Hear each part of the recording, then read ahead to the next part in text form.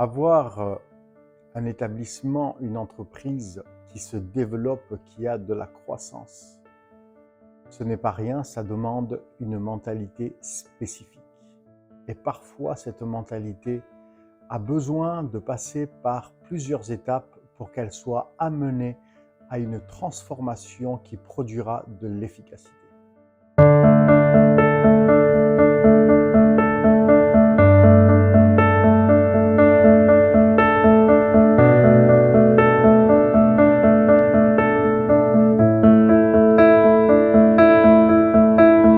Bonjour et bienvenue sur Bâtir avec Claude, certifié Total Impact Fadler Célestin Coaching.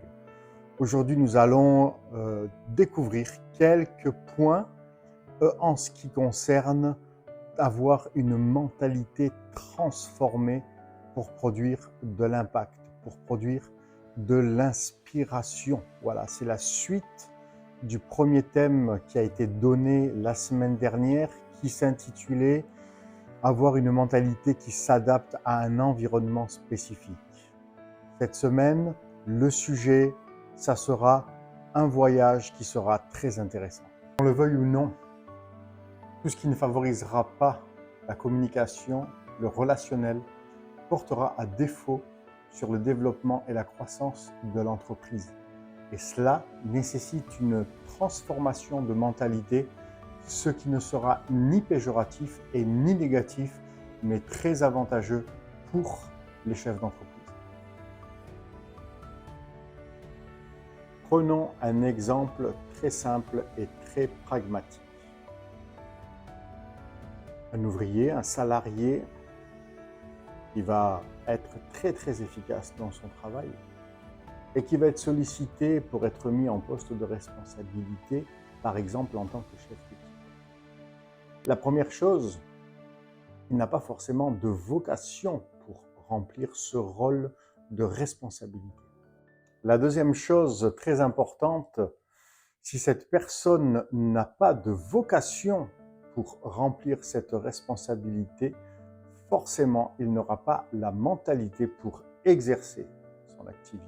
Donc, il est très important de s'assurer que cette personne ait une vocation pour remplir cette responsabilité de chef d'équipe et aussi que cette personne soit formée pour que sa mentalité soit adaptée à la responsabilité qu'elle va exercer afin qu'elle ne soit pas désagréable à son équipe, afin que le travail soit respecté dans les étapes et afin qu'il n'y ait pas une sorte de mentalité imposée sous dictature et intimidation. Tous ces éléments sont super importants et tous ces éléments doivent être pris en compte pour mener à bien non seulement une équipe, mais pour mener à bien le développement et la croissance d'une entreprise et que bien évidemment le leader de l'entreprise, le chef d'entreprise, puisse avoir un regard favorable sur tout ça. La semaine prochaine, nous verrons le dernier sujet sur la mentalité et le thème sera la mentalité arrogante. Oui, vous avez très bien entendu. Dans diverses plateformes et le monde professionnel, il y a des mentalités arrogantes qui sont là et qui persistent.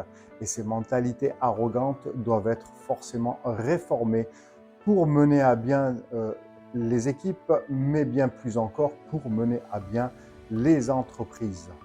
Je vous dis à la semaine prochaine. N'hésitez pas à vous abonner à ma chaîne. N'hésitez pas à m'écrire aussi pour que je puisse répondre à votre question. Mon site internet également claudepetix.com et je vous dis à très vite.